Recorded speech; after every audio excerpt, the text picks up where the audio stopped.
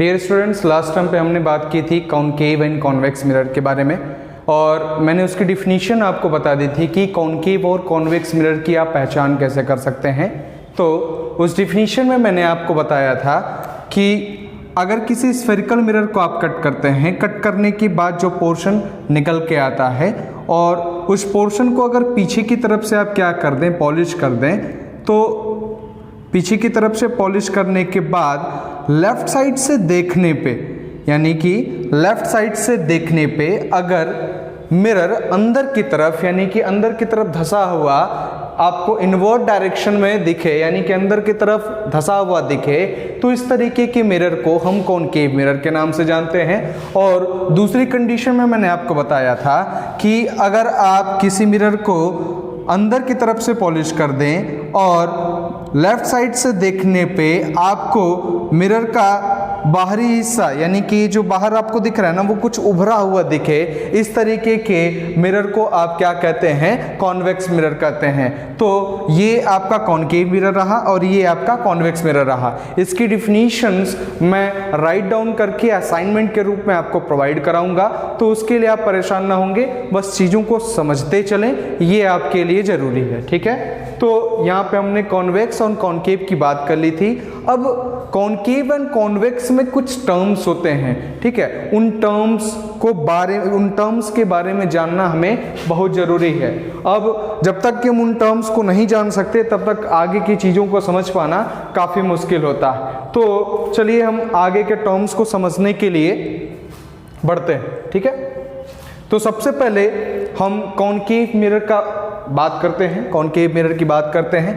तो concave mirror में मैं आपको अगर सपोज करके बताऊं, तो जैसे कि आपने स्फेरिकल मिरर को सपोज किया था, उस स्फेरिकल मिरर को आपने क्या किया था, एक शार्प कटर से कट किया था।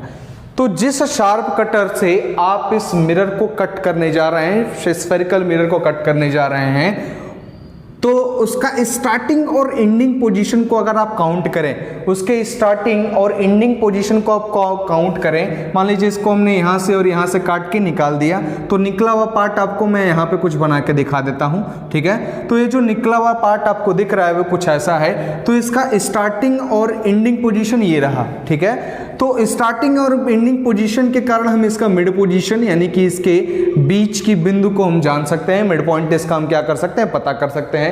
ये पोर्शन मैंने आपको केवल विजुअलाइज करने के लिए दिखाया, वही काम आपको यहां करना है। ठीक है, तो ये रहा आपका स्टार्टिंग पोजीशन और ये रहा आपका एंडिंग पोजीशन। किसी बच्चे को तकलीफ हुई, उसने कहा कि हम इसको स्टार्टिंग मानेंगे, इसको एंडिंग मानेंगे। आपको जो मानना है बाबू मानिए, कोई फर्क नहीं पड़ता आप किसको स्टार्टिंग मानते हैं, किसको एंडिंग मानते हैं। ठीक है, तो स्टार्टिंग और एंडिंग पोजीशन के बीच का, यानी कि मिड पॉइंट जो होता है, इस मिड पॉइंट को हम पोल के नाम से जानते हैं।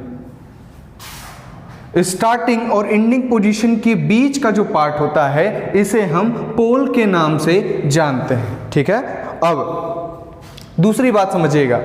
मान लीजिए यहाँ पे जो हमने कट करके इस चीज को निकाल दिया था और इसका मिड पॉइंट मुझे कुछ यहाँ मिल गया, तो आप एक बात बताइए, जब मैंने इसको कट करके बाहर निकाला, तो ये जो पार्ट आया वो किसी स्फेरिकल मिरर से ही कट के निकाला गया है, यानी कि इसका अपना एक सेंटर भी होगा। मैंने क्या कहा, फिर से आप समझिएगा।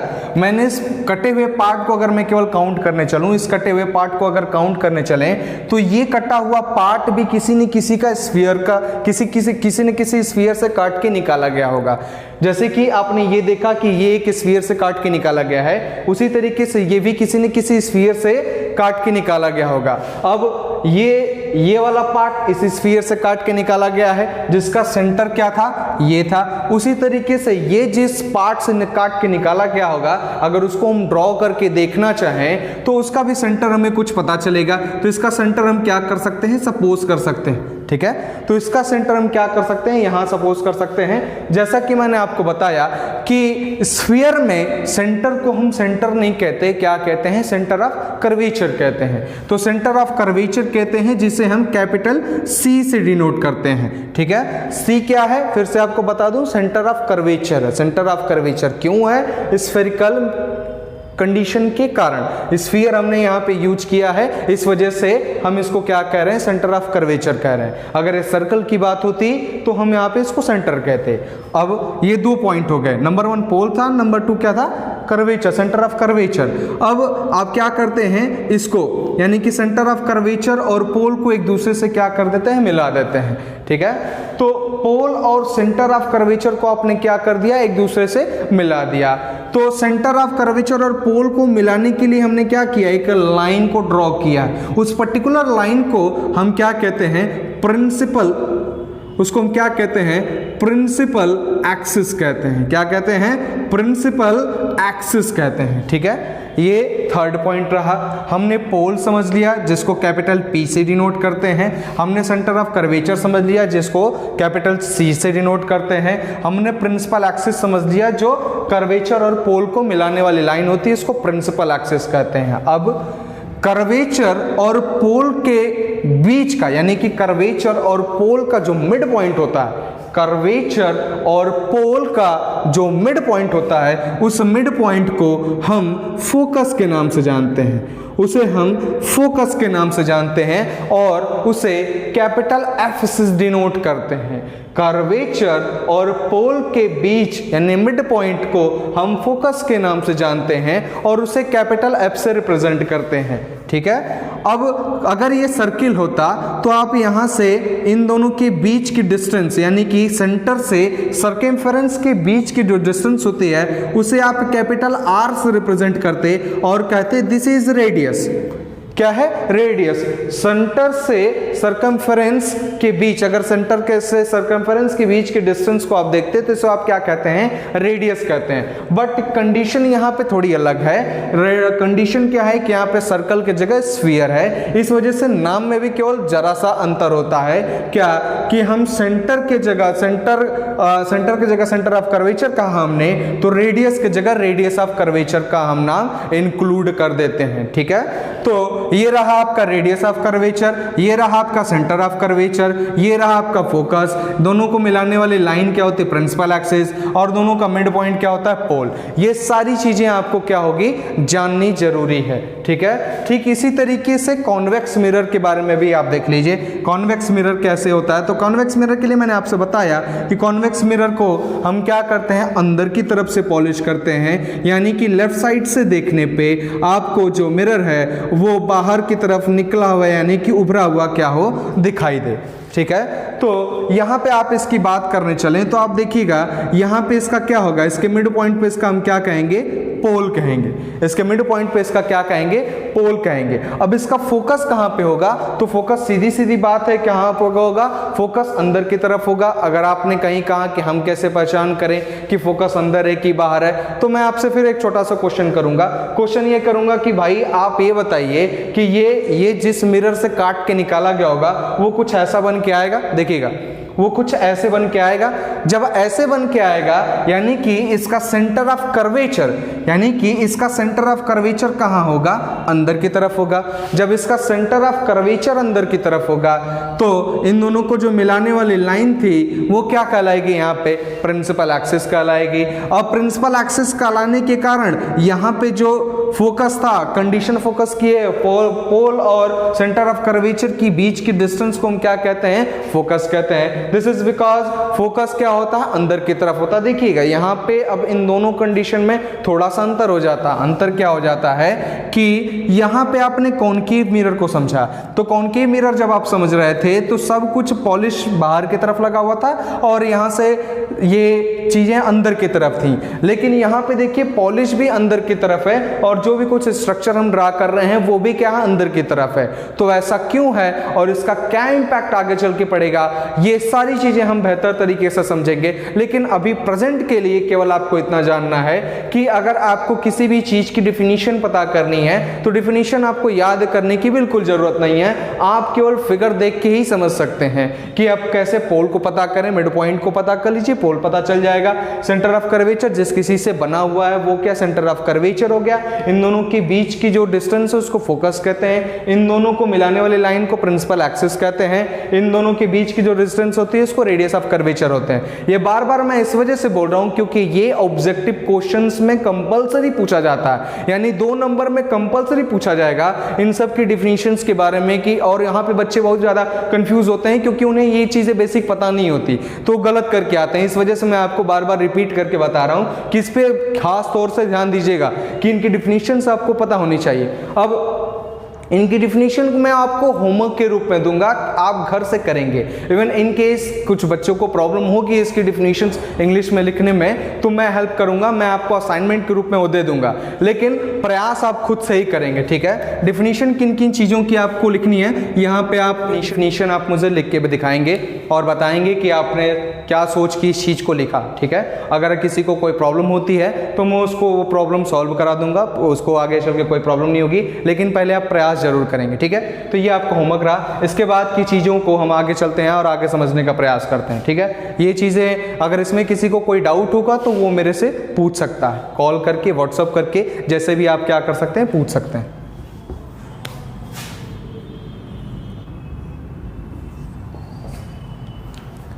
नेक्स्ट टॉपिक हम पढ़ने को जाएंगे basic condition of concave mirror. Basic condition जो आपने अभी पढ़ी वो भी बेसिक कंडीशन में ही आता है। अब कॉनकेव मिरर की कुछ और बेसिक चीजें हैं जिनको कॉनकेव मिरर जब आप कर रहे होंगे तो वो आपको पता होना चाहिए। क्या? तो सबसे पहले ये स्टार्ट करने से पहले फिर आपको वही है कि स्फीयर को हम क्या करेंगे, सपोज करेंगे उस स्फीयर से किसी एक पार्ट को हम क्या किए हैं, कट किए हैं, जिसके पीछे वाले पार्ट को हमने क्या किया, पॉलिश किया हुआ है। तो पॉलिश करना जरूरी है। क्यों? क्योंकि हम यहाँ पर रिफ्लेक्शन की बात कर रहे हैं। अब इसका जो मिड पॉइंट होता है इसे हम सपोज कर लेंगे, जिसका हमने कुछ नाम दिया था, पोल दिया था। हमने एक सेंटर ऑफ कर्वेचर सपोज किया था, तो सेंटर ऑफ कर्वेचर इन दोनों को मिलाने के लिए एक लाइन हमने सपोज की थी जिसको हमने प्रिंसिपल एक्सिस का नाम दिया। इन दोनों के बीच का जो मिड पॉइंट होता है इसे हमने फोकस कहा। ये सारी बातें हमने ऑलरेडी कर ली है, ठीक है। अब कंडीशन नंबर 1 है, ये कुछ बेसिक कंडीशंस हैं, उसमें कंडीशन नंबर 1 है क्या व्हेन लाइट, यानी लाइट रे आती है, light ray passes, when light ray passes parallel to the principal axis, यानी कि लाइट रे जब प्रिंसिपल एक्सिस के पैरेलल पास करती है तो क्या होता है। कंडीशन नंबर 1 है, याद रखिएगा, बहुत इंपॉर्टेंट है ये। यहां से आपका कोर्स स्टार्ट होता है जो बोर्ड एग्जामिनेशन में पूछा जाता है। क्या है? When light passes parallel to the principal axis, यानी कि जब लाइट क्या करती है, प्रिंसिपल एक्सिस के पैरेलल पास करती है तो क्या होता है। कंडीशन नंबर 1 है, याद रखिएगा, ठीक है, बहुत इंपॉर्टेंट है ये। जब प्रिंसिपल एक्सिस के पैरेलल कोई लाइन पास कराई जाती है तो पास कराने के बाद वो स्ट्राइक करने के, यानी कि जब वो मिरर से स्ट्राइक करती है तो मिरर से स्ट्राइक करने के बाद वो कहां से होकर जाती है, फोकस से होकर जाती है। ये रहा आपका condition number 1। When light passes parallel to the principal axis, then after reflection it goes through the focus, यानी कि जब इंसिडेंट कोई लाइट, इस लाइट को क्या कहते हैं, इंसिडेंट लाइट कहते हैं। यानी जो लाइट मिरर की तरफ आ रही होती है इसे इंसिडेंट लाइट कहते हैं, और जो लाइट रिफ्लेक्ट होकर वापस जा रही होती है इसे हम क्या कहते हैं, रिफ्लेक्टेड लाइट कहते हैं। तो ये आपका क्या रहा, इंसिडेंट लाइट, और ये आपका क्या है, रिफ्लेक्टेड लाइट।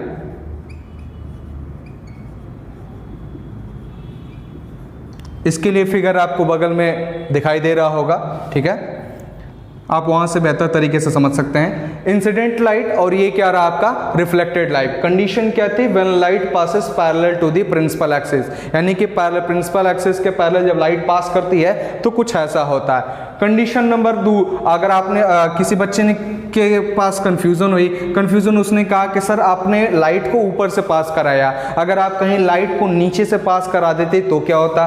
तो उस बच्चे की कंफ्यूजन को दूर करने के लिए मैं उससे कहूंगा कि लाइट को अगर आप नीचे से पास कराते हैं तो फिर ये भी इंसिडेंट रे कहलाएगी। मैंने आपसे कहा कि जो लाइट मिरर की तरफ आती हुई हो उसे हम इंसिडेंट रे कहते हैं, तो ये रे इंसिडेंट रे। रिफ्लेक्शन के बाद ये भी कहाँ से जाती है, फोकस से ही जाएगी, ठीक है। तो आप चाहे नीचे से लेके आइए चाहे ऊपर से लेके आइए, जो लाइट का पोजीशन यानी कि जो कट करते हुए जाएगा वो फोकस से ही जाएगा, यानी लाइट फोकस से ही पास करेगी। ये आपका कंडीशन नंबर 1 था। क्या था, when light passes parallel to the principal axis, ठीक है। दूसरी कंडीशन हम क्या देखने चलते हैं, दूसरी कंडीशन में हम सपोज करेंगे when light passes through the focus, यानी कि जब लाइट फोकस से पास करती है तो क्या होता है, इस चीज को हम देखने चलेंगे।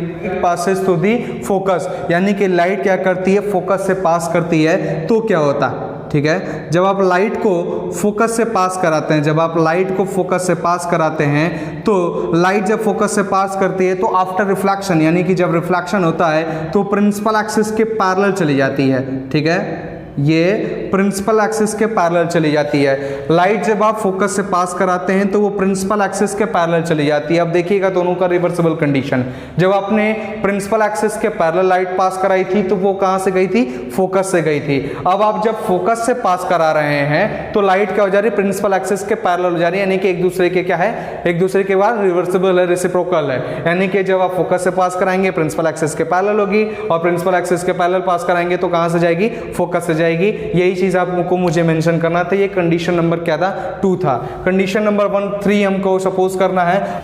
देखिए कंडीशन नंबर 3, जैसे कि मैंने आपसे कहा कि लाइट कहाँ से पास करनी चाहिए, तो लाइट आपकी सेंटर ऑफ कर्वेचर से जब पास करेगी तो क्या होगा, तो आप देखिएगा जब लाइट क्या करती है, सेंटर ऑफ कर्वेचर से पास करती है तो जिस इंसिडेंट एंगल, यानी कि जैसे वो जा रही होती है, जैसे कि उसका इंसिडेंट एंगल होता है उसी से वो वापस भी चली जाती है, यानी कि इसका इंसिडेंट एंगल और रिफ्लेक्टेड एंगल, यानी कि इंसिडेंट एंगल और रिफ्लेक्टेड एंगल दोनों बराबर होता है। Incident line and reflected line दोनों आपस में बराबर होती हैं, दोनों एक ही होती हैं। क्यों, क्योंकि जब वो क्या करता है, कंडीशन क्या है, सेंटर ऑफ कर्वेचर से पास करता है, यानी लाइट जब सेंटर ऑफ कर्वेचर से पास करती है उस कंडीशन में इंसिडेंट और रिफ्लेक्टेड दोनों सेम होता है, ठीक है। तो ये आपकी कंडीशन नंबर 3 थी। लास्ट कंडीशन क्या